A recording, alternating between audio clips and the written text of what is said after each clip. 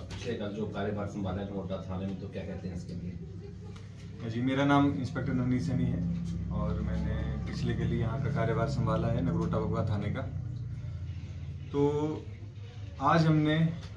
ये जो अवैध तंबाकू के जितने भी उत्पाद हैं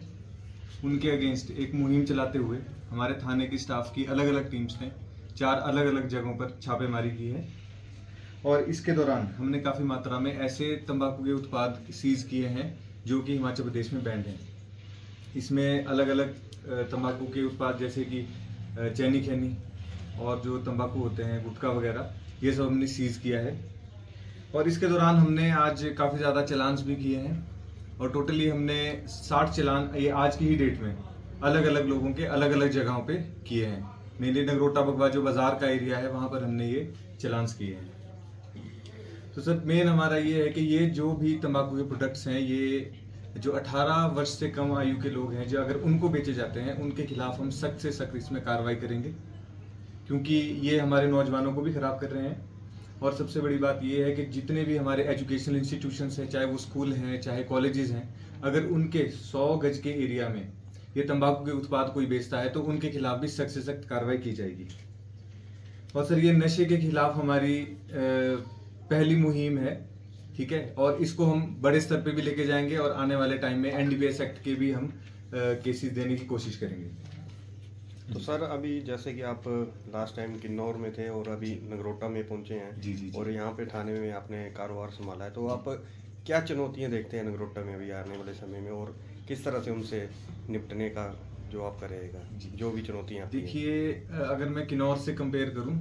तो यहाँ पर जो क्राइम रेट है वो किन्नौर से थोड़ा ज़्यादा है। अगर किन्नौर से कंपेयर करें तो क्राइम रेट ज़्यादा है, पर उसका मेन रीज़न ये भी है कि काफ़ी टाइम जो किन्नौर है वहाँ पे सर्दियों का मौसम रहता है, बर्फ़बारी ज़्यादा होती है, तो उस कारण भी काफ़ी महीने हमारे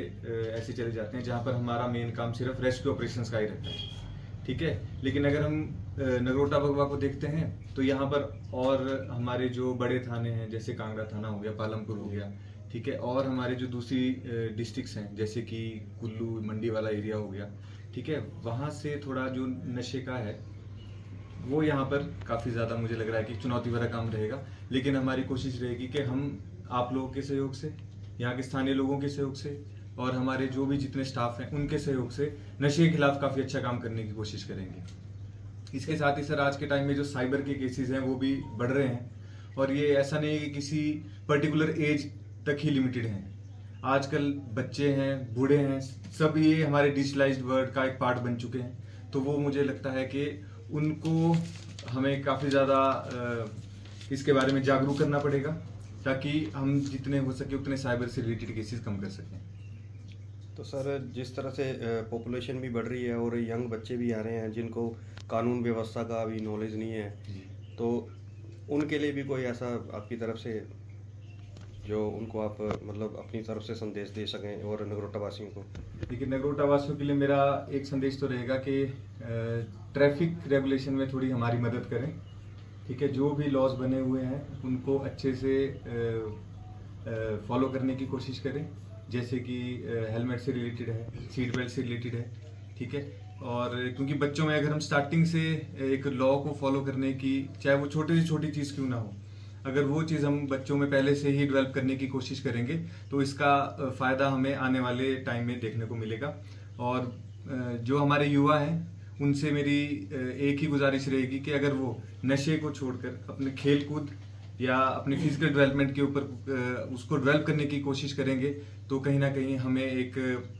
अच्छी मतलब जो प्रोग्रेसिव फ्यूचर जो युवा का है वो देखने को यहाँ पर भी और पूरे हिमाचल में और पूरे भारतवर्ष में देखने को मिलेगा। सर जिस तरह से यहाँ पर अगर देखा जाए यहाँ के जो युवा हैं वो स्टंट वर्जी, ट्रिप्टिंग, रैश ड्राइविंग और विदाउट नंबर प्लेट चलते हैं, अगर ऐसे अगर वाहन पकड़े जाते तो उन पर आप क्या कार्रवाई करेंगे? सर जो भी हमारे मोटर व्हीकल रूल्स के और मोटर व्हीकल एक्ट के अकॉर्डिंग जो भी सख्त से सख्त कार्रवाई बनती है हम उनको लागू करने की पूरी कोशिश करेंगे। सर चिट्टे को लेकर आपकी कुछ, जिस तरह से काफ़ी नशा फैल रहा है, तो सर हमारी पूरी कोशिश रहेगी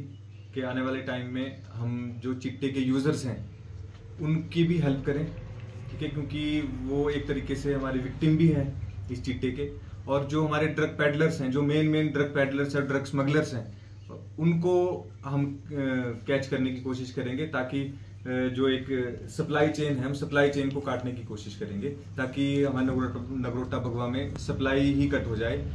और ये चिट्टा जो है वो हम खत्म करने की पूरी कोशिश करेंगे। सर, जिस तरह से 24 तारीख से ये जो मेला स्टार्ट हो रहा है, राज्य स्तरीय मेला, तो इस पर काफ़ी रश होगा मेले में, तो ट्रैफिक व्यवस्था वगैरह का भी प्लान करना है या कर चुके हैं? सर, ट्रैफिक व्यवस्था मेन तो हमारा शेड्यूल पे डिपेंड करेगा कि जिस तरीके से हमें शेड्यूल प्रोवाइड किया जाता है कि किस दिन क्या समारोह रहेगा, उसके मुताबिक हम ट्रैफिक व्यवस्था करेंगे। बाकी हमने ओवरऑल एक देखा हुआ है कि कहाँ से हमें ट्रैफिक डाइवर्ट करने की ज़रूरत है और कहाँ पर कितने लोगों को पोजीशन करने की ज़रूरत है, उस पर भी हम काम कर रहे हैं। सर, जिस तरह से आप रोज शाम को पिछले 2 दिन से आप नाका लगा रहे हैं, तो ये क्या नाका रेगुलर रहेगा या कोई डे रखा हुआ है इसका? सर, जो हमारी गश्त है वो तो हम कोशिश करेंगे कि रेगुलर गश्त रहे, ताकि शाम के समय जो भी शरारती तत्व हैं उन पर सख्त कार्रवाई की जाए। और बाकी कुछ नाका ऐसे हैं जो हमें अपने एसएसपी मैम की तरफ से डायरेक्शंस होती है उनके मुताबिक ही लगते हैं, लेकिन हमारी कोशिश यही रहेगी कि जितनी ज़्यादा हम इलाके में गश्त कर सके उतनी गश्त करेंगे। धन्यवाद सर। जी सर, थैंक यू।